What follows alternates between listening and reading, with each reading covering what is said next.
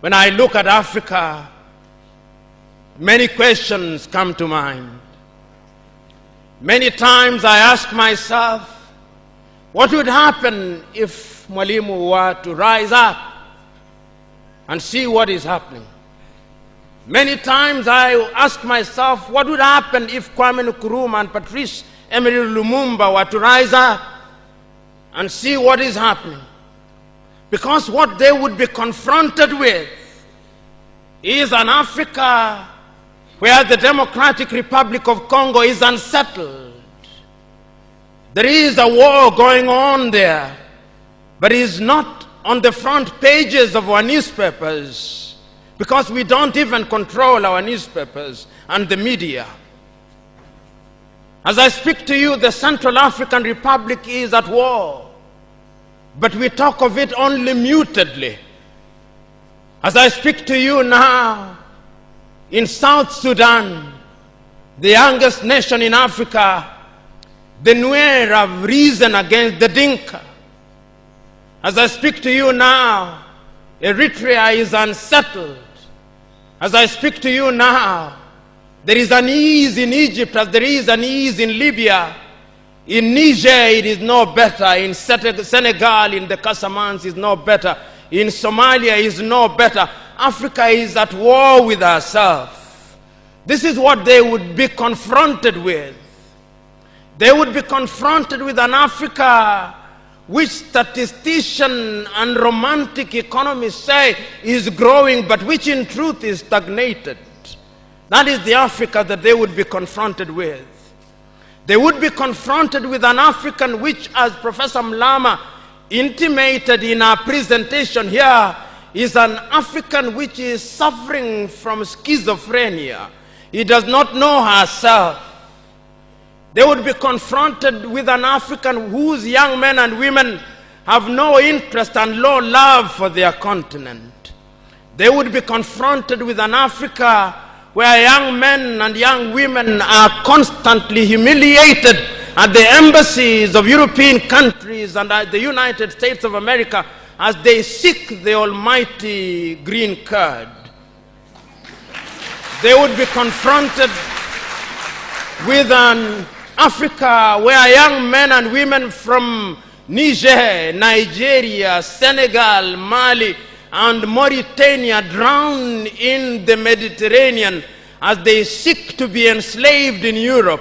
This time round, Africans are not wailing and kicking as they are being taken away to be enslaved.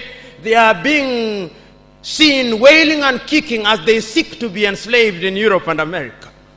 This is the tragedy of Africa. They'll be confronted with an African where people have lost their self-pride. An Africa where Africans are not proud of their things. An Africa where in the hotels of Dar es Salaam or Nairobi, even food has foreign names. When we fry potatoes, we call them French fries, even when they are fried in Dar es Salaam. That is the Africa that they would be confronted with. They would be confronted with another Africa. An Africa which does not tell her story. An Africa whose story is told by Europe and America, the CNN, Radio Deutsche Welle, Radio France. That is the Africa they would be confronted with. They would be confronted with the young men and women who have no pride in Africa. When they want to enjoy themselves, they sing the praises of football teams from Europe and America. It is Manchester United. It is Arsenal. It is Real Madrid. And Barcelona, not Yanga, not Mufulira Wanderers, not Gor Mahia, not FC Leopards. No. That is the Africa that they would be confronted with. They would be confronted with an Africa which does not enjoy its theater and drama. That Africa celebrates Leonardo DiCaprio. It celebrates Angelina Jolie and Brad Pitt. The Africa does not celebrate Genevieve Naji of Nigeria or Rita Dominic or Lou Jacobs of Nigeria. It does not celebrate Bongowood or Nollywood or Riverwood. It celebrates Hollywood. That is the Africa with which they would be confronted.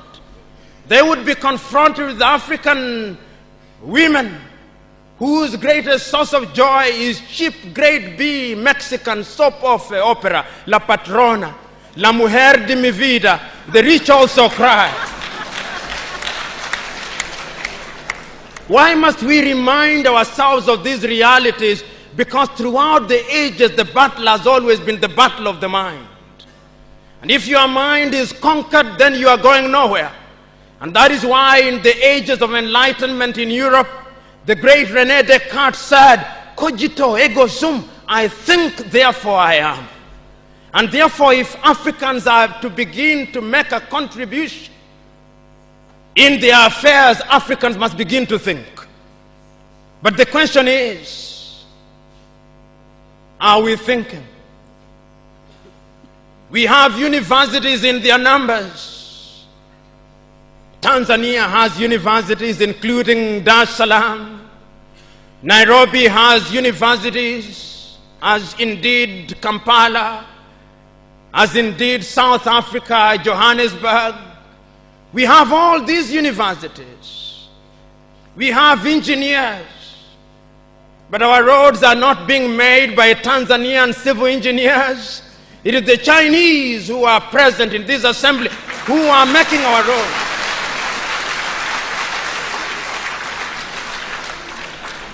So we have engineers who cannot even make roads. We have doctors whom we have trained. But when we are sick, particularly if we are of the political class, depending on who colonized you, if you are colonized by the United Kingdom, you rush to London. If you are colonized by the French, you rush to Paris. If you are colonized by the Portuguese, you rush to Lisbon. And if you are colonized by the Spaniards, you rush to Madrid, Spain. And recently, because the Asians are beginning to get their act together, we run to India. And very lately, because the Arabs are also beginning to get their act together, we run to Dubai. Notwithstanding that we have the Kenyatta hostels of this country, the Muhimbilis of Tanzania, the Chris Hani Baragwanaths of South Africa, and the Mama Yemos of Kinshasa in Zaire or the Democratic Republic of Congo, but we have no faith in our doctors. In the area of education, we also don't have faith. Our political class introduced something that they call free education, but it's free indeed, free of knowledge.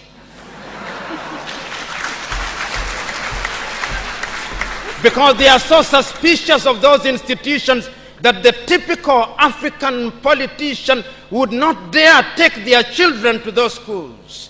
Their children will be educated in the British system, in the American system, so that when they graduate, they go to the United Kingdom, to the United States. Not that there is anything wrong with those institutions, but the agenda is wrong because our leaders long lost the script and ought to be described for who they are, our misleaders. But we are co-authors of our own misfortune. Whenever we are given an opportunity to elect our leaders, we are given a blank check.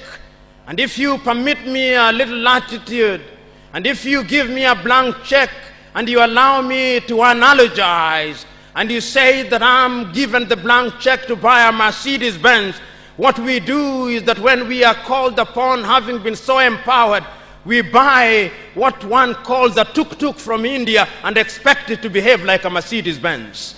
How does that happen? Because what we do is to elect thieves. We elect hyenas to take care of goats, and when the goats are consumed, we wonder why.